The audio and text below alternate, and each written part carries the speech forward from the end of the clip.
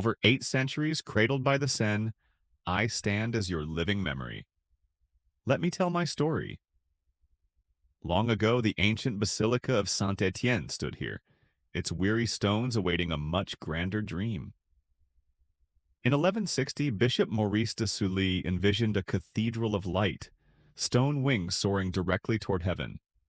In 1163, Pope Alexander and Bishop Sully laid my foundation stone. My very first cry echoed far. Nameless artisans answered the call, dissolving their sweat, blood, and lives to give this cold stone life. Mastered ribbed vaults opened vast overhead spaces, transforming thick dark walls into massive gateways for divine light. Glassmakers crafted vibrant rose windows, turning mortal sunlight into the brilliant and divine illumination of high heaven. By 1250, my twin towers stood proud, soaring 69.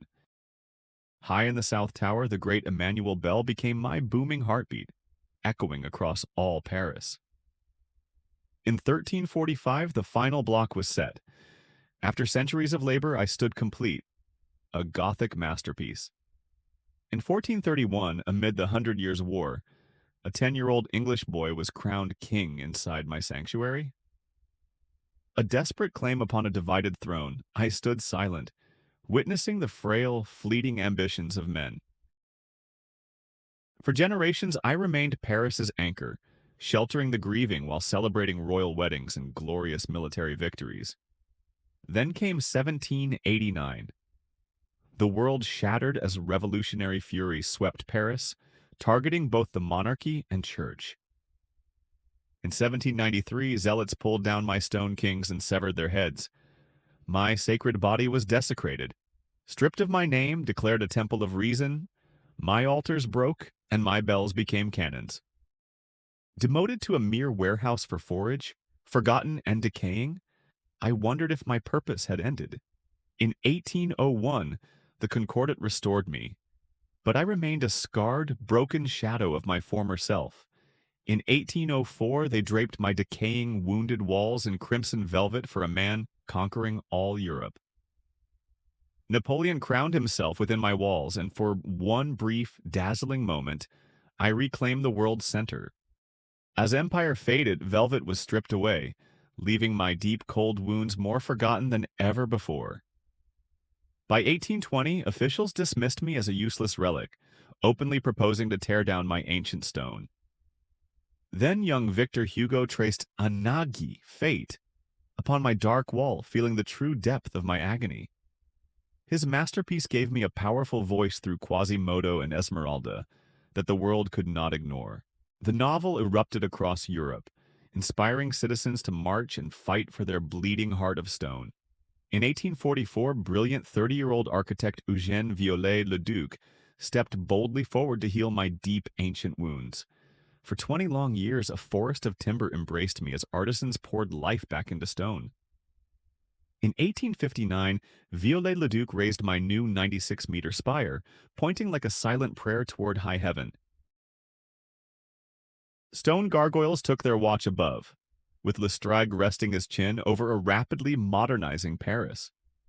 By 1864, saved by a pen and passion, I stood reborn, stronger, grander, and more beloved than ever. For a tranquil century, I watched generations pass, until a quiet spring dusk changed everything on April 15th. Deep in my ancient oak roof, a sudden spark ignited, sending dark smoke leaking through lead tiles. Dried by centuries, ancient timbers burned with terrifying fury as the melting lead roof consumed my soul. At 7:53 p.m., my soaring spire collapsed in sparks as millions watched history vanish into dark flames. Thousands knelt weeping along the Seine, singing hymns that gave me strength during my very darkest hour. 500 brave firefighters fought through suffocating smoke to save the North Tower and its ancient bells. Heroes braved falling debris, forming human chains through smoke to rescue the sacred crown of thorns intact. At dawn, light pierced the ruined vault, revealing ash and stone, yet my golden cross shone undefeated. Hundreds of thousands across the globe united, quickly stabilizing my broken bones to prevent a total collapse. Carpenters harvested 1,000 ancient oaks, hand-hewing green timber with medieval broadaxes to rebuild the forest. Using micro-lasers and delicate brushes, artisans lifted centuries of soot to reveal my radiant, long-hidden inner light. My spire rose again, crowned by a golden rooster carrying relic ashes and 2,000 builders' names. In November 2024, after 5 silent years, my restored bronze bells rang out triumphantly over Paris. My doors opened wide once again, not as a ruined memory, but as a monument to human unity. I am Notre-Dame de Paris. Built by hands, saved by love, I shall stand proud and eternal forever.